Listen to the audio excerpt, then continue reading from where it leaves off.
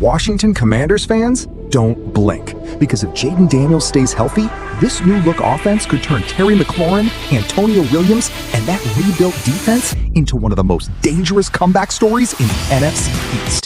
You weren't the only guy who got injured last year. It felt like it was just one of those seasons where nobody could stay healthy in Washington, including your quarterback, Jayden Daniels, who dealt with a lot through his second year in the NFL. Sometimes through those trials, you learn things about yourself. You've seen Jayden a little bit, at least, I would imagine, coming back in this offseason. What do you anticipate seeing from him as he goes into year 3?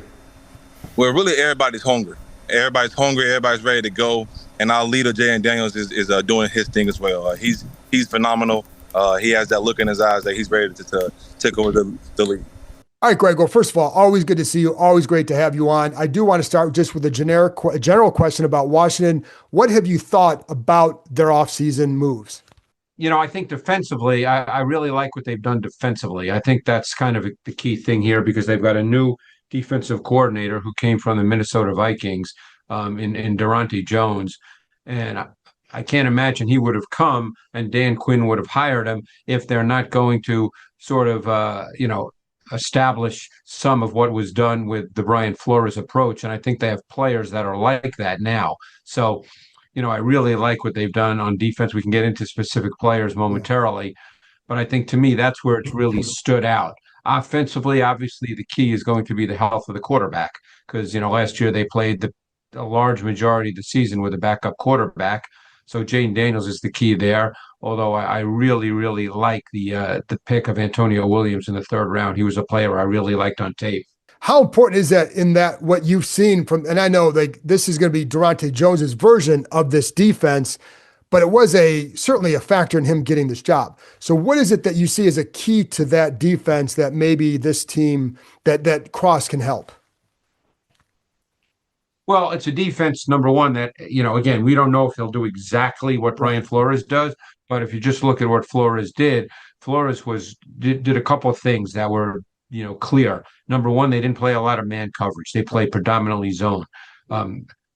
Also, what they do really, really well is they put 5, 6, 7 on the line of scrimmage, and they force you to have to protect because you don't know who's coming and who's not coming. This is a defense that at times over the last couple of years led the league both in pressures, meaning 5 or more, and in 3-man rushes, because then they would drop 8 in coverage. So it's a defensive philosophy that they do an awful lot of different things, and you need versatile players for that. And that's a Chenal. He can certainly do that. Obviously drafting Sonny Styles, once they drafted him, he'll become the Mike linebacker, and he's also a multi-dimensional player. But what do you look for in players that can key that kind of a front in what the system has been?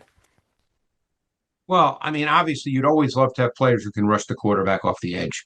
And, that was obviously the plan in signing Oweh and Chason, who both rushed the quarterback well a year ago, because you'd love to be in a situation. Now, again, this is a philosophy of defense where they do pressure, but you don't want to have to live with pressure all the time. You want to be able at times to rush 4 and be able to drop 7 in coverage and play, variations of zone coverage, which is what Minnesota did.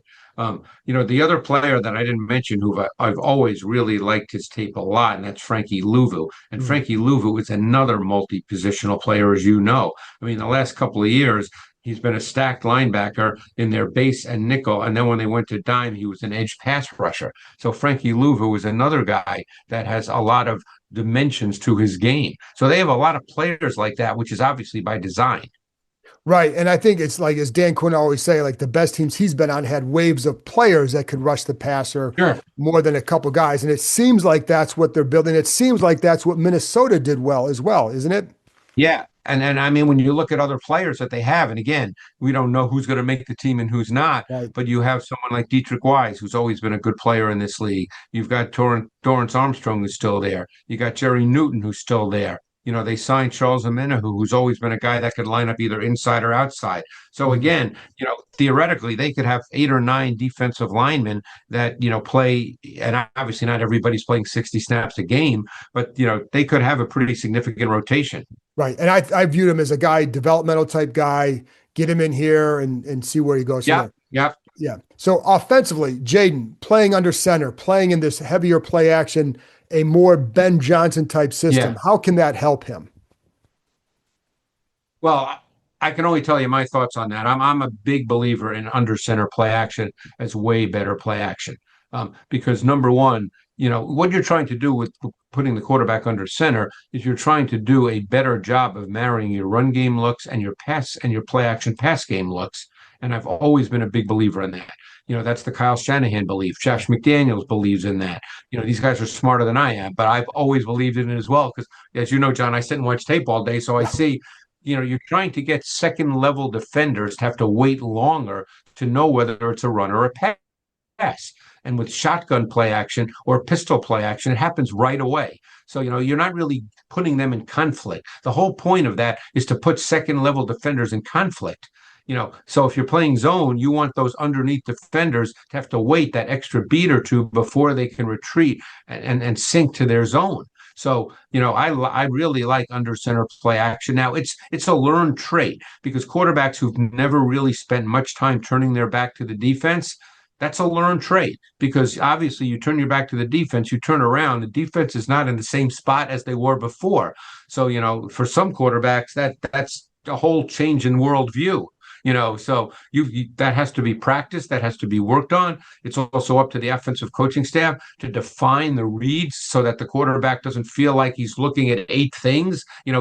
Once he turns his head around, and you have to do that quickly. I always think about Peyton Manning talking about that, about how quickly you have to snap your head around. You can't be looking at 7 different things. You're pretty much, it has to be defined for you. So you look at one thing right off the bat, maybe 2, and that's it. So you brought it up too, Antonio Williams. I've talked to a lot of people like, oh, that's one of my favorite players. Oh, that's one of my favorite receivers. I liked him a lot. What did you like about him and how does he fit? Well, it's funny. In the way the NFL game has changed, to me, and again, he'll be viewed as a slot, but the game has changed. There's so much more pre-snap movement. There's so much more formation variation. So he's not just a slot. You move receivers around now. You do a lot of that.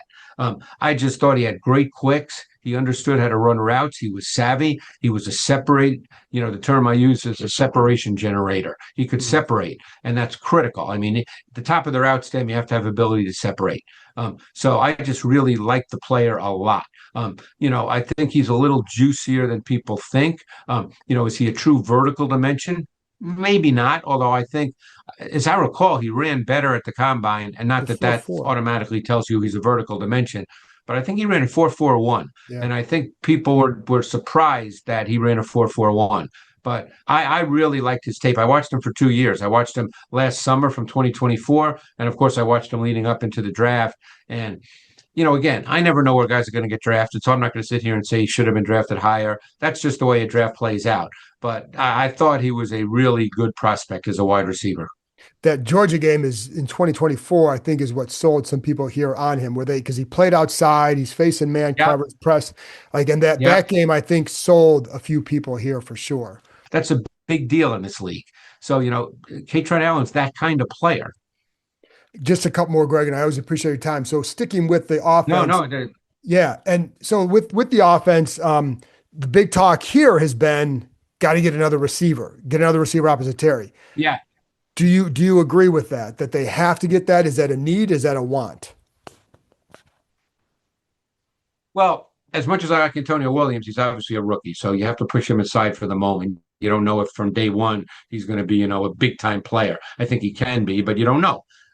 Yes, I would say that it's something that they would still be looking for. I don't know if you could do that at this point in time, just because, who's out there. Jerry Rice is a little old right now, so I don't know who's there to get that's a quote unquote big time receiver. But yeah, they obviously felt they addressed the position with Antonio Williams. I don't know what their feeling is on Treylon Burks. I don't know what their feeling is on Dyami Brown. These are guys, even Jalen Lane, who's got juice. So I don't know how they feel about these guys, John. You're there. You would probably know better than I. But yeah, I think that they would like to have another true, I don't want to say number one. I'm kind of, that delineation to me is starting to kind of fall by the wayside a little bit. But yeah, I'm sure they would like to have another receiver that they feel, has maybe, a 3-level dimension to his game.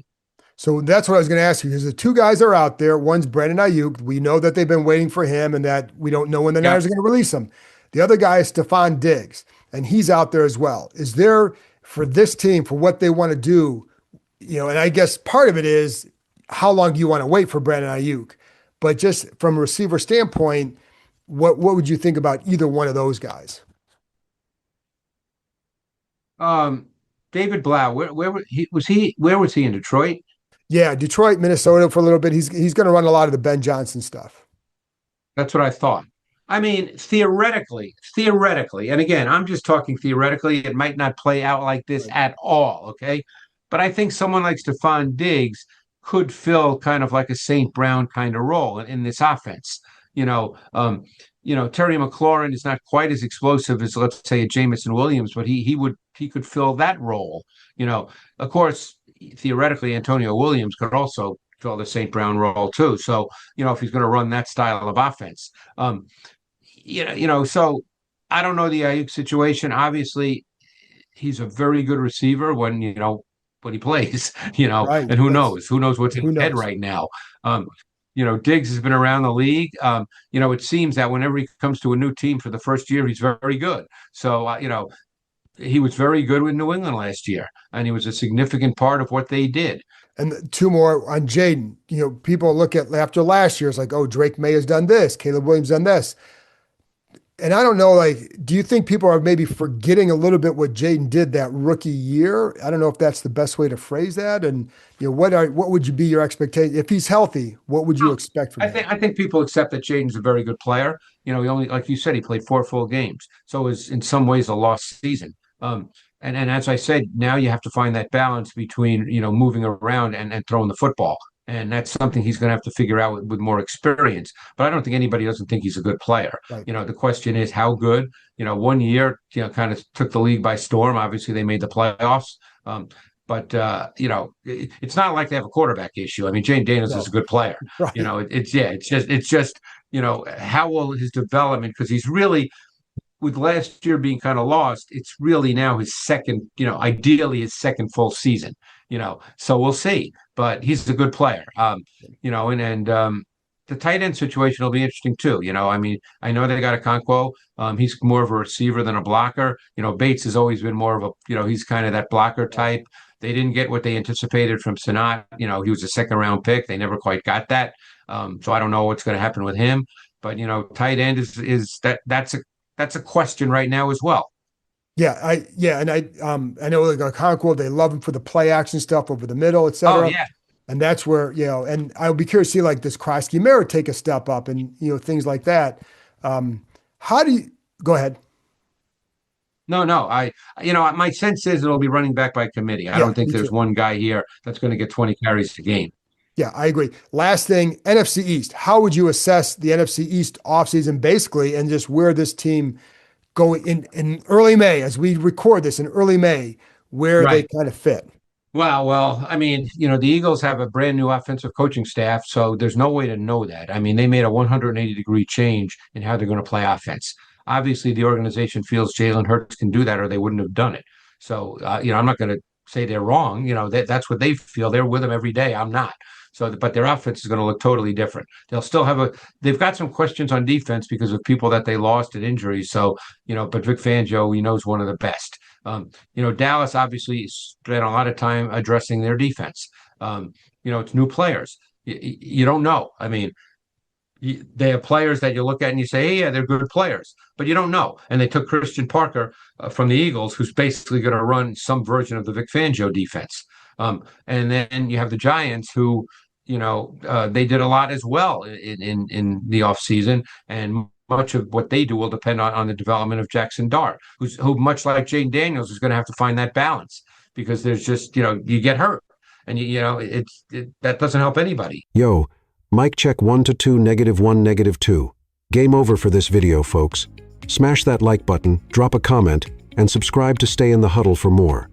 This is NFL Madness, bringing the heat and signing out.